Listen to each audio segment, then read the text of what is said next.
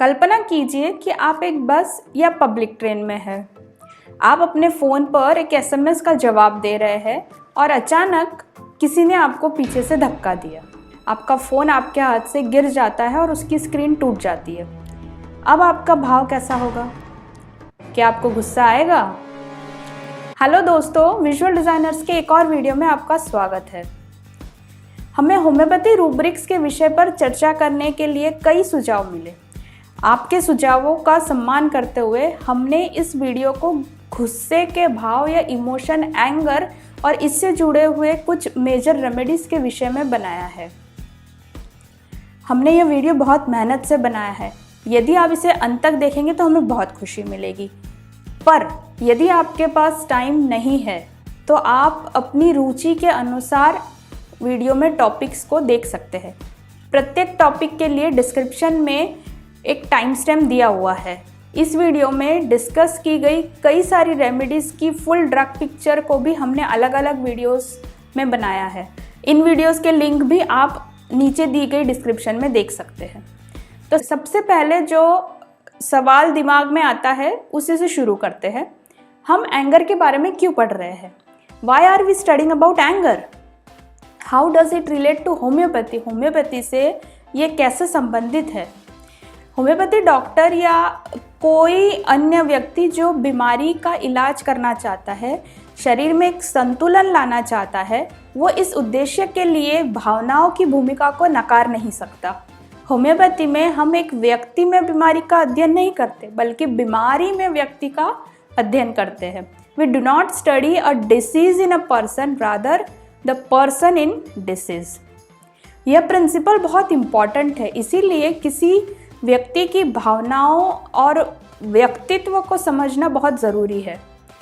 आप सभी मुझसे सहमत होंगे कि साइकोलॉजी और होम्योपैथी का बहुत ही गहरा संबंध है। इसीलिए हमने यहाँ एक बहुत ही पावरफुल इमोशन, एंगर का टॉपिक लिया है। पहले हम इसे साइकोलॉजिकल रूप से या साइकोलॉजिकल पॉइंट ऑफ व्यू से समझेंगे, उसे डिफाइन करेंगे और फिर होम्योपैथिक रूब्रिक के रूप में इसे देखेंगे। So what is anger? गुस्सा क्या है? हम सभी ने कभी ना कभी गुस्से के भाव को या गुस्से के इमोशन को एक्सपीरियंस किया होगा, चाहे वो छोटी सी इरिटेबिलिटी हो, छोटी सी झुंझलाहट हो, या फिर बहुत बड़ा गुस्सा या बहुत क्रोध के रूप में हो। चार्ल्स पिरबर्गर, जो एक साइकोलॉजिस्ट और एंगर स्पेशलिस्ट है, उनके अनुसार एंगर या गुस्सा एक इमोशनल स्टेट है जो अलग अलग इंटेंसिटी में हो सकता है। माइल्ड इरिटेशन या छोटी सी झुंझलाहट से लेकर तीव्र रोष या क्रोध के रूप में, यानी इंटेंस फ्यूरी और रेज तक आपको एंगर देखने को मिल सकता है। गुस्सा पूरी तरीके से एक नॉर्मल हेल्दी इमोशन है, इसीलिए इसे नेगेटिव शेड में देखना सही नहीं होगा। लेकिन जब ये गुस्सा अनकंट्रोलेबल हो जाता है, यानी नियंत्रण के बाहर चला जाता है या डिस्ट्रक्टिव हो जाता है, यानी विनाशकारी हो जाता है, तो ये आपके व्यक्तिगत संबंधों में और आपके जीवन में प्रॉब्लम्स पैदा कर सकता है। अन्य भावनाओं की तरह गुस्सा भी फिजियोलॉजिकल और बायोलॉजिकल चेंजेस लाता है। जब किसी को गुस्सा आता है तो उसका हार्ट रेट बढ़ता है, उसका ब्लड प्रेशर भी बढ़ता है। ऐसे ही जो एनर्जी हार्मोन्स है, एड्रेनालिन और नॉर एड्रेनालिन, ये भी बढ़ने लगते हैं। अब अगला सवाल ये आता है कि व्हाट कॉजेस एंगर? गुस्सा करने के क्या कारण हो सकते हैं? ये सवाल होम्योपैथिक पॉइंट ऑफ व्यू से बहुत इम्पॉर्टेंट है। कोई व्यक्ति कब गुस्से का अनुभव करता है, यह उसके पर्सनैलिटी को दर्शाता है। केस टेकिंग के समय हमें इस पर बहुत ध्यान देना होता है। गुस्सा एक्सटर्नल या इंटरनल दोनों ही घटनाओं से या दोनों ही कारणों से आ सकता है। आप किसी स्पेसिफिक पर्सन पर गुस्सा हो सकते हो, जैसे कि वो इंसान जिसने आपको बस में धक्का दिया था, या आपका कलीग है, सुपरवाइज़र है, किसी भी इंसान पे आपको गुस्सा आ सकता है। ऐसे ही आप किसी इवेंट पे भी गुस्सा हो सकते हो या किसी घटना की वजह से गुस्सा हो सकते हो, जैसे कि ट्रैफिक जाम है या कैंसल फ्लाइट है, एट्सेट्रा। आपके साथ हुए इनजस्टिस या अन्याय की वजह से भी आपको गुस्सा आ सकता है। गुस्सा किसी चिंता या आपकी व्यक्तिगत समस्या को लेकर भी आ सकता है, जिसे हम वरिंग और ब्रूडिंग भी कहते हैं। अप्रिय घटनाएं या एनरेजिंग इवेंट्स की यादें भी गुस्सा ला सकती है। तो आइए अब देखते हैं कि how one behaves when angry. गुस्सा होने पर व्यक्ति कैसे व्यवहार करता है। गुस्से को व्यक्त करने का तरीका स्वाभाविक रूप से आक्रामक या एग्रेसिव होता है। जब हम खतरा या थ्रेट महसूस करते हैं तब गुस्सा एक नॉर्मल रिस्पॉन्स है। ये एक पावरफुल एग्रेसिव फीलिंग्स और बिहेवियर को इंस्पायर करता है, जिससे हमें लड़ने की और अपनी रक्षा करने की शक्ति मिलती है। इसीलिए हम ये कह सकते हैं कि हमारे सर्वाइवल या अस्तित्व के लिए सर्टेन अमाउंट ऑफ एंगर या गुस्सा ज़रूरी है। दूसरी ओर हम शारीरिक रूप से हर उस व्यक्ति या हर उस वस्तु पे गुस्सा नहीं निकाल सकते जो हमें परेशान कर रहा हो। कानून, समाज और ज्ञान हमें ऐसा करने से रोकते हैं। जाहिर सी बात है कि हमें अपने गुस्से से निपटना आना चाहिए। लोग अपनी गुस्से की भावनाओं से निपटने के लिए कॉन्शियस और अनकॉन्शियस प्रोसेसेस का उपयोग करते हैं। तो यहाँ एक बड़ा साइकोलॉजिकल सवाल आता है, how to deal with anger. गुस्से को कैसे कंट्रोल या मैनेज करें। एंगर मैनेजमेंट के 3 मुख्य तरीके हैं। पहला, एक्सप्रेसिंग या व्यक्त करना। दूसरा, सप्रेसिंग या दमन करना। एंड तीसरा, कामिंग या शांत होना। So first is expressing anger. अपने गुस्से को असर्टिव तरीके से व्यक्त करना, जो कि नॉन एग्रेसिव हो, वो साइकोलॉजिकली सही तरीका है। इसे समझने के लिए एक छोटा सा सीन लेते हैं। Excuse me? Can I have a minute please? Can't you see I am working? I acknowledge you're busy, but I thought this was important. Also, it's insulting when you talk like this. Clearly वह आदमी महिला के व्यवहार से नाराज था, लेकिन उसने इसे असर्टिव तरीके से व्यक्त किया। तो ये था expressing anger in an assertive way. Second is suppression.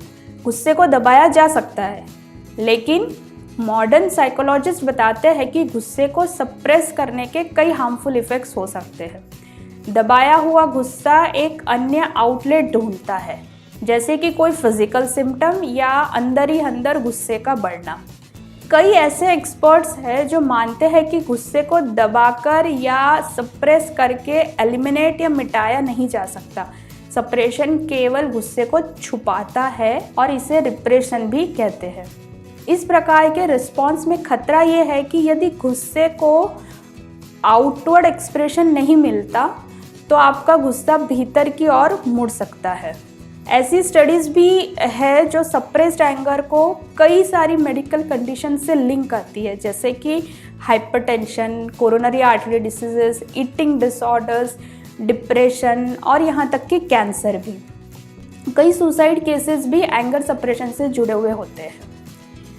Finally आप काम डाउन या शांत हो सकते हैं। इसका मतलब यह है कि आप ना सिर्फ अपने आउटवर्ड बिहेवियर को कंट्रोल करें, बल्कि अपने इंटरनल रिस्पॉन्सेस को भी कंट्रोल करें। अपने हार्ट रेट को कम करने के मेजर्स ले, अपने आप को शांत रखें और अपनी फीलिंग्स को सबसाइड होने दें। जैसे कि डॉक्टर स्पिलबर्गर कहते हैं, जब इन तीनों तकनीकों में से कोई भी काम नहीं करती तो इसका मतलब है कि किसी ना किसी को चोट ज़रूर लगने वाली है। गुस्से के कई फिजिकल और मेंटल कॉन्सिक्वेंस हो सकते हैं। इसके एक्सटर्नल एक्सप्रेशन में facial expressions, body language, physiological responses और पब्लिक एक्ट्स ऑफ एग्रेशन भी मिल सकते हैं। तो ये थे साइकोलॉजी में एंगर के कुछ इंपॉर्टेंट पॉइंट्स। अब होम्योपैथिक पॉइंट ऑफ व्यू से गुस्से को समझते हैं। होम्योपैथी में केस लेने के लिए माइंड रूब्रिक स्टडी बहुत इंपॉर्टेंट होता है। रूब्रिक्स हमें बताते हैं कि एक ही सिम्टम हमें अलग अलग रेमेडीज में कैसे मिलता है। फॉर इंस्टेंस, लाइकोपोडियम पर्सनालिटी का गुस्सा कैमोमिला पर्सनालिटी के गुस्से से काफ़ी अलग होगा। हमारे आगे के इस वीडियो में हम इसी पे चर्चा करेंगे। हमने यहाँ केंट्स रेपर्टरी को रेफ़र किया है। यहाँ पे ये नोट करना ज़रूरी है कि रेपर्टरी में कुछ ऐसे वर्ड्स मिलते हैं जिनका मीनिंग गुस्से से क्लोजली रिलेटेड है। बेस्ड ऑन इंटेंसिटी हमने यहाँ कुछ मेजर रूब्रिक्स को सिलेक्ट किया है। First is irritability. इरिटेबिलिटी मतलब चिड़चिड़ापन। चिड़चिड़ापन मतलब बहुत आसानी से नाराज़ होने की स्थिति। यह एक ईजी एक्साइटेबिलिटी की स्टेट है। तो आइए चिड़चिड़ापन और गुस्से में क्या अंतर है ये समझते हैं। किसी व्यक्ति को गुस्सा होने के लिए उसके साथ कुछ गलत होना चाहिए या कुछ अन्याय की स्थिति होनी चाहिए, लेकिन इरिटेबिलिटी में ट्रिगर्स बहुत छोटे से होते हैं। फॉर एग्जाम्पल, मेरे आसपास बहुत शोर मच रहा है इसीलिए मुझे चिड़चिड़ाहट हो रही है, या सिर्फ इसीलिए चिढ़ना कि मेरी चीज़ें ठीक जगह पर नहीं है। ऐसा नहीं है कि मेरे साथ कुछ गलत हुआ है या कोई इनजस्टिस हुआ है, लेकिन इरिटेबिलिटी एक ऐसी स्टेट है जिससे एंग्री स्टेट में बड़ी आसानी से जाया जा सकता है। यहाँ हम कह सकते हैं कि इरिटेबिलिटी या चिड़चिड़ापन गुस्से से कम इंटेंसिटी की स्टेट है। सेकंड इज क्वारलसम, मतलब झगड़ालू। हम कह सकते हैं कि यह स्टेट गुस्से से इंटेंसिटी में ज़्यादा है। एक झगड़ालू व्यक्ति हमेशा आर्ग्यूमेंट्स में इन्वॉल्व होता है। एंग्री आर्ग्यूमेंट्स दो या दो से ज़्यादा लोगों के बीच हो सकते हैं।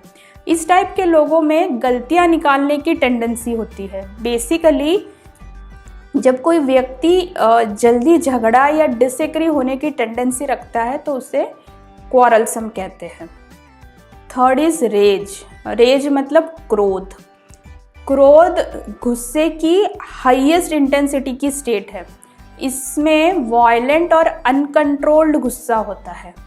क्रोध में किसी को चोट पहुंचाने या नफरत की भावना से किसी को मार देना भी इंक्लूड होता है। रेज में इंक्लूड हर्टिंग समवन और even killing with extreme sense of hatred. इस बैकग्राउंड के साथ आइए समझते हैं rubric anger different constitutional remedies में कैसे दिखता है।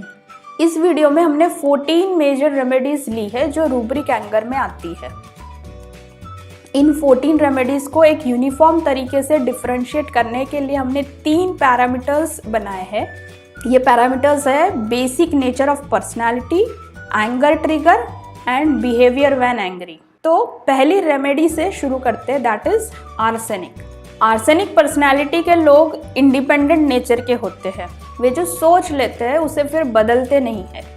इस पर्सनालिटी के लोग बहुत ही फास्टिडियस होते हैं। ये लोग बहुत परफेक्शनिस्ट होते हैं किसी भी चीज़ के फाइनल अपीयरेंस को लेकर। बाहर से या जो प्रेजेंटेशन है वो एकदम परफेक्ट होना चाहिए किसी भी चीज़ का। इसीलिए आर्सेनिक पर्सनालिटी के लोग अनटाइडीनेस, इनएफिशिएंसी और वेस्ट को लेकर बहुत गुस्सा होते हैं।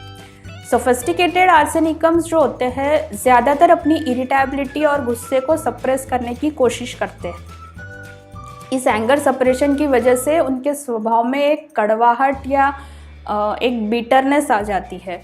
जब इरिटेबिलिटी इतनी ज़्यादा हो जाती है कि उसे इग्नोर नहीं कर सकते, तब ये गुस्सा फिजिकल या वर्बल एग्रेशन से सामने आ सकता है। तो आर्सेनिक रेमेडी हमें इरिटेबिलिटी रूब्रिक, क्वारलसम रूब्रिक और रेज रूब्रिक में भी मिलती है। सेकेंड रेमेडी है ऑरममेट। ऑरममेट पेशेंट हर चीज़ में अपना बेस्ट देने की कोशिश करता है जिससे उसे दूसरों का अप्रूवल मिल सके। ये ज़्यादातर जीवन का एक संघर्ष बन जाता है जिसका ऑब्जेक्टिव होता है समाज में सक्सेसफुल दिखना। ऑरममेट के लिए प्रेस्टीज वाइटल होती है।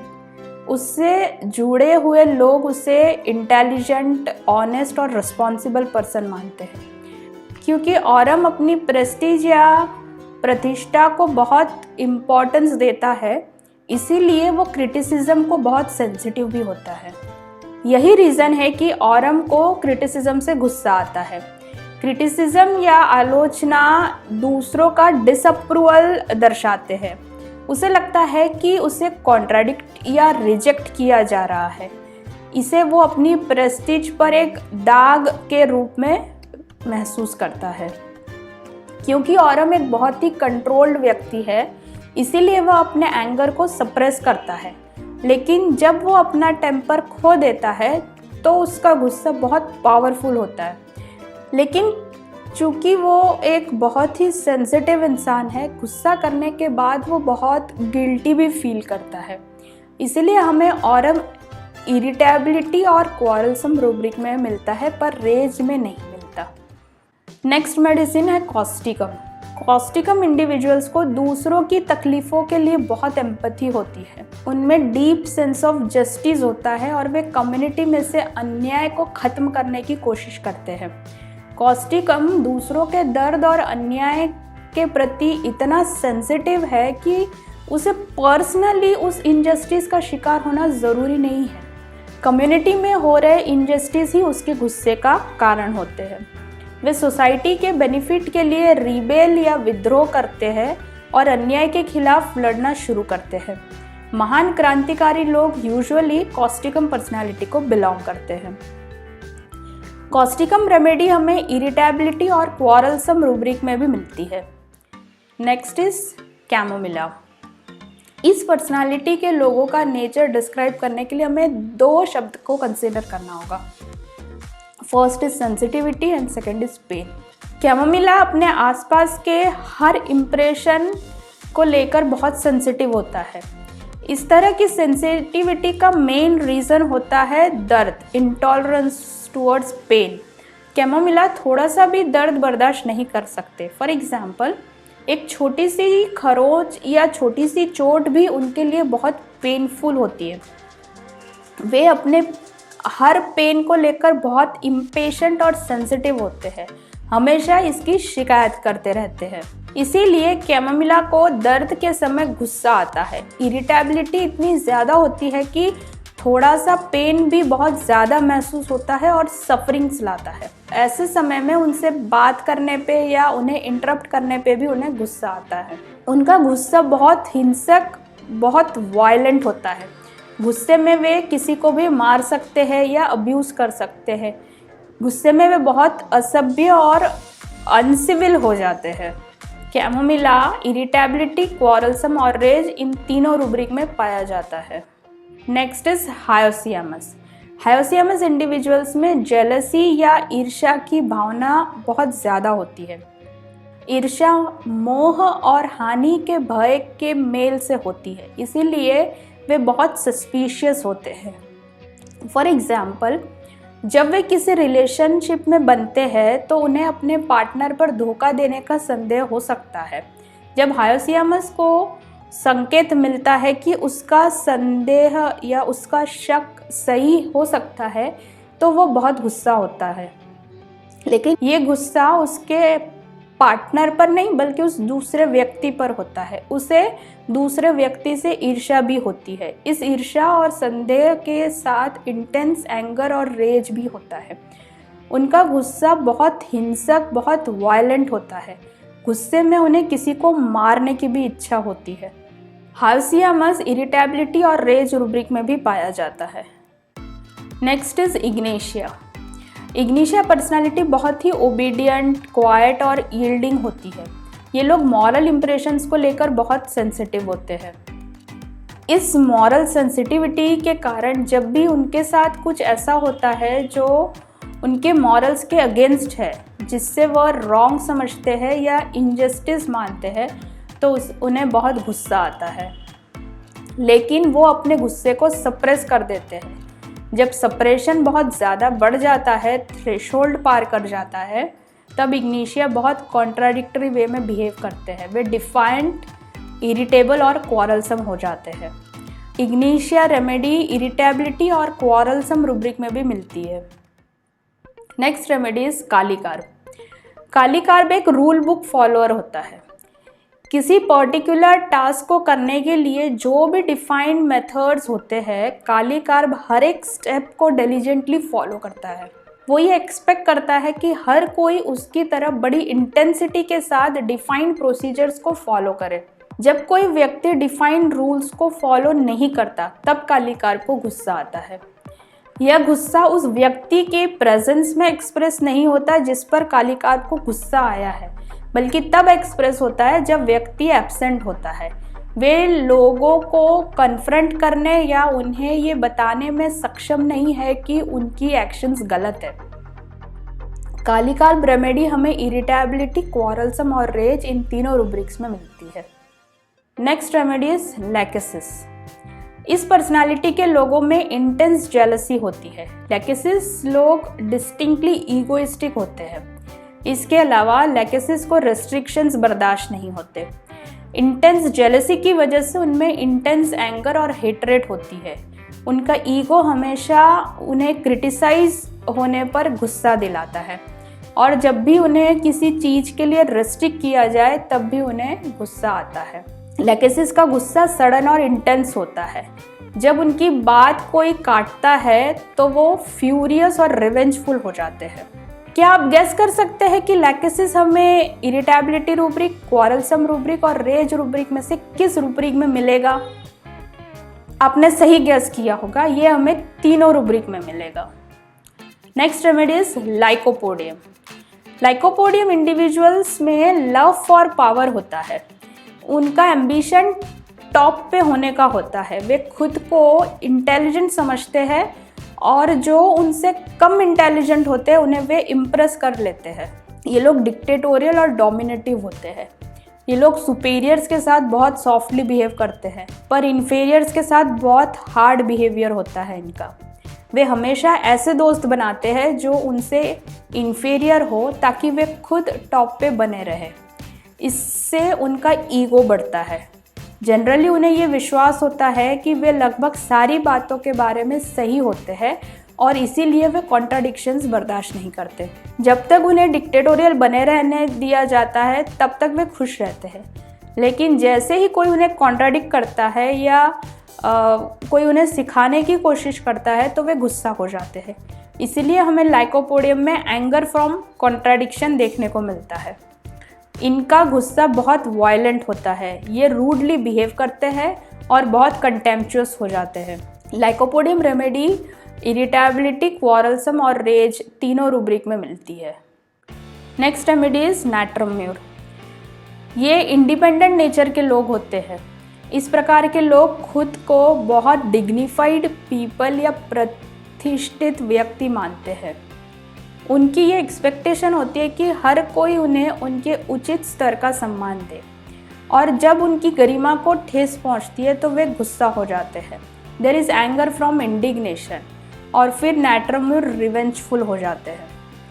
नाट्रम्यूर डिग्निफाइड है और इसीलिए वे अपने जीवन के कुछ पहलुओं या कुछ घटनाओं के बारे में सिक्रेटिव होते हैं।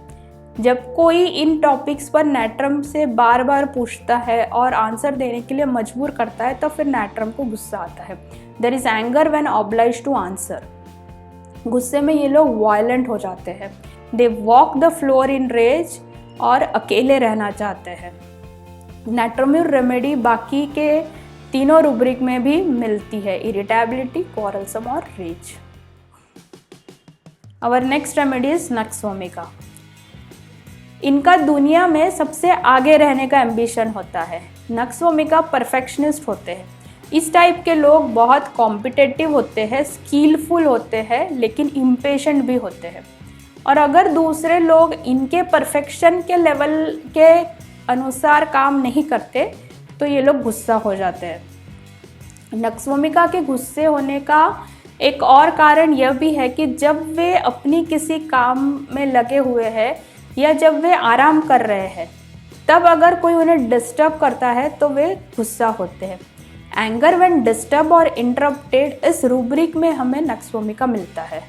क्योंकि नक्सवोमिका सबसे अच्छा और टॉप पे रहने की इच्छा रखता है, उसे किसी को जवाब देना पड़े तो उसे गुस्सा आता है। There is anger when obliged to answer. वे गुस्से में बहुत इम्पल्सिव और वायलेंट हो सकते हैं।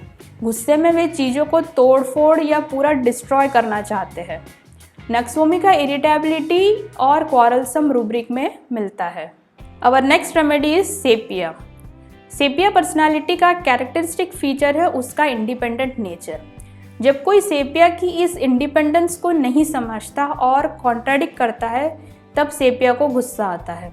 हालांकि सेपिया इस गुस्से को सप्रेस करती है क्योंकि वो दूसरों का अप्रूवल पाना चाहती है और इसीलिए वो उनकी बात को मानती भी है।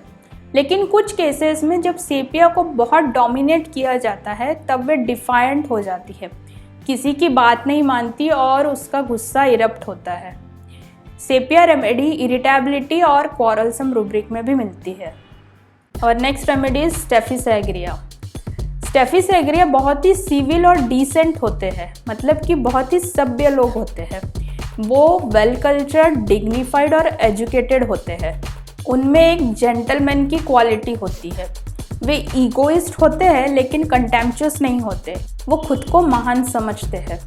जब कोई स्टेफिसैग्रिया से बदतमीजी करता है या मिसबिहेव करता है या उनकी इंसल्ट करता है तब उन्हें गुस्सा आता है। There is anger from mortification. लेकिन वह इस गुस्से को एक्सप्रेस नहीं करते और इसे सप्रेस कर देते हैं क्योंकि वह अपनी सभ्यता और सिविलिटी को बनाए रखना चाहते हैं और दूसरों के ओपिनियन को लेकर बहुत सेंसिटिव होते हैं। वो नहीं चाहते कि कोई भी ये कहे कि उन्होंने असभ्य तरीके से या अनडिग्निफाइड मैनर में बिहेव किया है।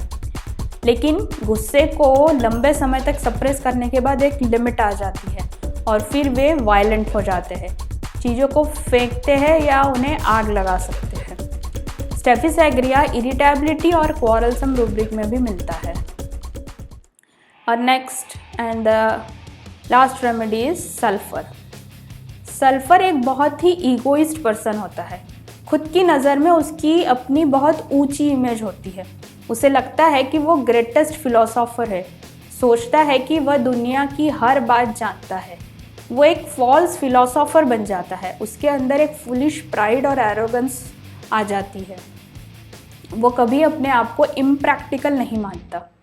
जब कोई सल्फर को कहता है कि वो जो सोच रहा है वो सही नहीं है, वो प्रैक्टिकल नहीं है, तो सल्फर बहुत ही गुस्सा हो जाता है। उसे लगता है कि वो इंसान उसे समझ ही नहीं रहा है। उसे लगता है कि कोई भी उसे अपने काम के बारे में नहीं सिखा सकता। हालांकि जब सल्फर को अपनी गलतियों का एहसास होता है तब वह खुद पर गुस्सा हो जाता है। There is anger over his own mistakes. Generally गुस्से में सल्फर वायलेंट हो जाता है। वह व्यक्ति का अपमान करता है और उस व्यक्ति का चेहरा दोबारा नहीं देखना चाहता। उसे उस व्यक्ति से नफरत हो जाती है जो उसे ऑफेंड करता है। लेकिन सल्फर में क्विक रेपेंटेंस या पश्चाताप भी होता है। सल्फर तीनों रूब्रिक्स में मिलता है, इरिटेबिलिटी, क्वारलसम और रेज। तो ये थी हमारी प्रेजेंटेशन एंगर रूब्रिक पे। यहाँ हमने एंगर को साइकोलॉजी व्यू पॉइंट से और फिर होम्योपैथी में मेजर रेमेडीज को देखा है। If you have found value in this video, please don't forget to like and share with others. Please comment करके ज़रूर बताइएगा आपको ये वीडियो कैसा लगा। If you haven't subscribe to our channel, please do so now. Thanks for watching. Bye.